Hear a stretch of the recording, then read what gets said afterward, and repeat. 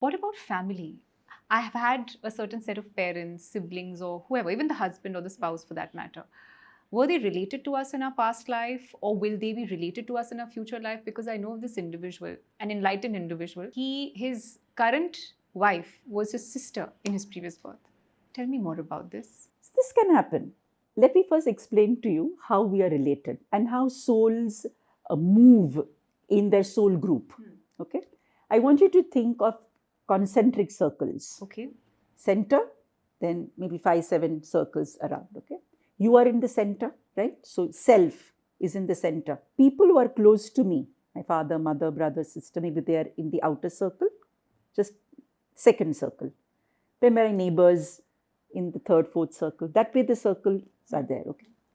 Now, as I live my life, these souls who are in these concentric circles are going to exchange places. Somebody who's close to me in this current lifetime, in my next lifetime, can move in the outer circle because my lesson is learned with that person. Somebody who was further away from me in the outermost circle, in some lifetime may move closer because there is something that I have to learn from this person and he decides to come closer. So the thing is, in soul groups, first of all, we keep exchanging places. Ones who are in the outermost circle can come in the innermost circle. Those in the innermost circle can come in the outermost circle. Now you're talking about, let's say, relationships.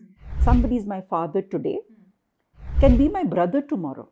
Because whatever I had to learn from my father, who was in the innermost circle, has been finished. But he's still my soul group member. But my learning with him in that intimate relationship of a father-daughter is finished. So he can become my brother, he can become my grandfather, he can become my neighbor, he can become my friend. Or he may not be related. Or he may not be there. He may not be related to me. He may be a stranger. Yes, that happens. Whom I suddenly meet at the airport. I'm in trouble. Okay. Okay. And my bags have got lost. And the stranger arrives from nowhere and helps me with my bags. Maybe he was my father in some lifetime. He's still in my soul group, but he's now a stranger. This is the way we learn from different people. And different people are doing us service as they keep changing their roles. Remember, when you go to see a play, there is an actor in Act 1, not in Act 2.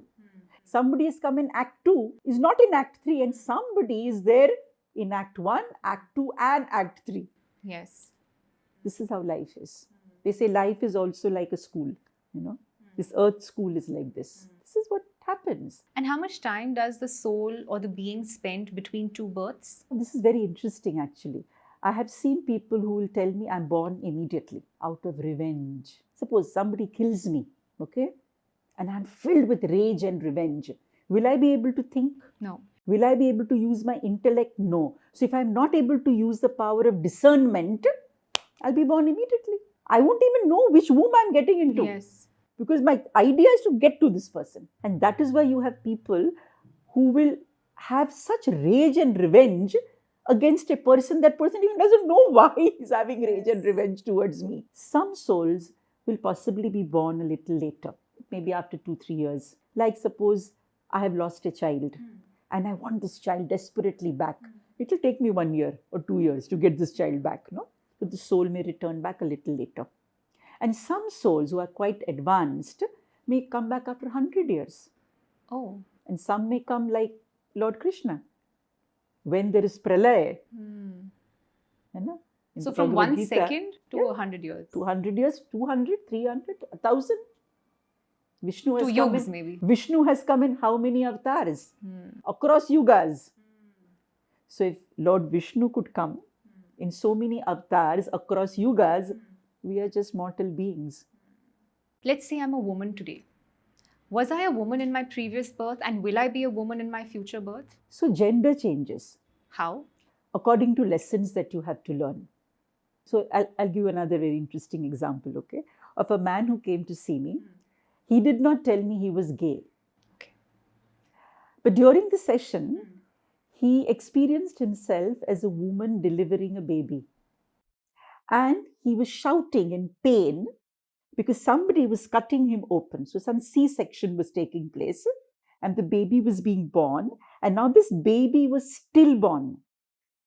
And now this man was crying. Oh my God, I've lost my baby, right? This experience of his, and then this woman, basically, she said, I never want to ever be a woman again. I never want to experience this pain of losing a child.